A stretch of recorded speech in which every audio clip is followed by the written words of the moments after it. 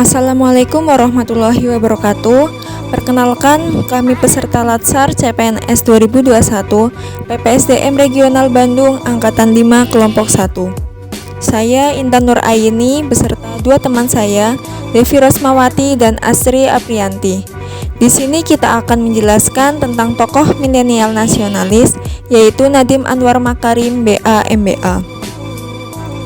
Nadiem Anwar Makarim merupakan seorang pengusaha Indonesia yang saat ini menjabat sebagai Menteri Pendidikan dan Kebudayaan Indonesia pada Kabinet Indonesia Maju.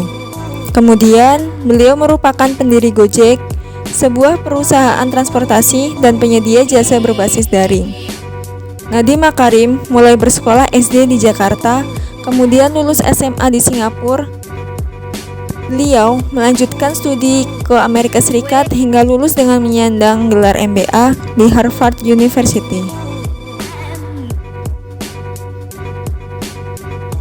Nadiem Anwar Makarim lahir di Singapura pada tanggal 4 Juli 1984. Beliau adalah putra dari pasangan Nono Anwar Makarim dan Atika Al-Gadri.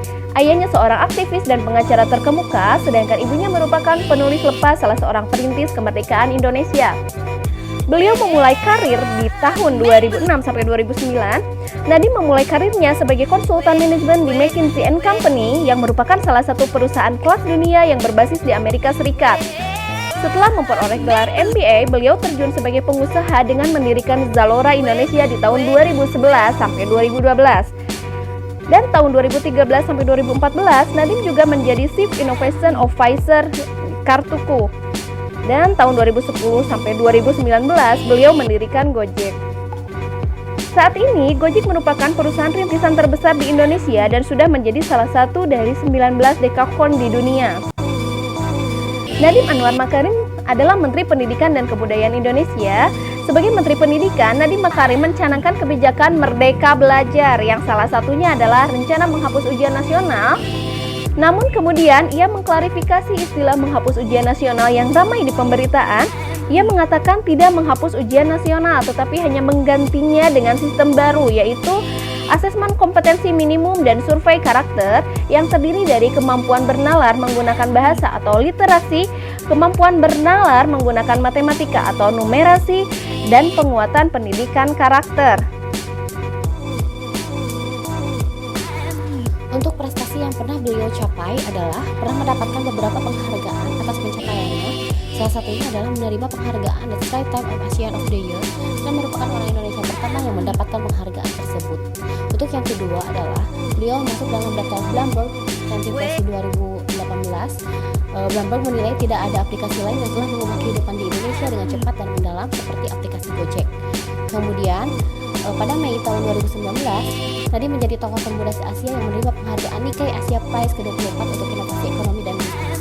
Pada tahun 2017, Gojek masuk dalam 14 Top 50 Companies That Changed the World dan mendapat peringkat 17. Pada tahun 2019, Gojek kembali menjadi salah satunya perusahaan Asia Tenggara yang masuk ke daftar Fortune 50 dan naik ke peringkat 11 dari 22 perusahaan kelas dunia.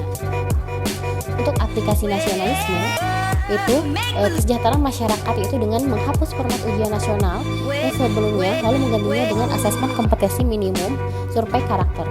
Yang kedua, keadilan dalam setiap sisi kehidupan.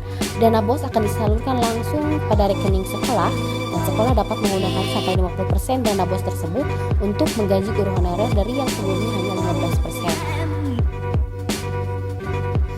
Selanjutnya, komitmen aktualisasi. Yang pertama, cinta tanah air. Nadiem mengaku sebagai pemakai setia Gojek, jasa transportasi roda 2 tersebut menjadi andalannya dalam menebus macet lalu lintas. Mobilnya tinggal di rumah, Nadiem lebih memilih menggunakan ojek saat pulang atau pergi ke kantor. Yang pada akhirnya beliau mendapatkan membuat aplikasi Gojek dengan harapan pelaku usaha UMKM bisa dengan mudah dan lebih mudah menjalankan usahanya. Yang kedua, tolong menolong, di mana beliau memikirkan kesejahteraan tenaga pengajar honorer di Indonesia dengan mengalokasikan bantuan BOS sebanyak 50% untuk menggaji para guru honorer yang sebelumnya hanya 15%. Kemudian kemampuan awal bela negara dengan berusaha menerapkan sistem belajar di sekolah dengan memperhatikan cara kegiatan belajar mengajar yang efektif meskipun pada masa pandemi guna bertujuan untuk mencerdaskan masyarakat. Sekian penjelasan dari kelompok kami. Mohon maaf apabila ada kesalahan dan kekurangan. Semoga bermanfaat buat semuanya. Assalamualaikum warahmatullahi wabarakatuh.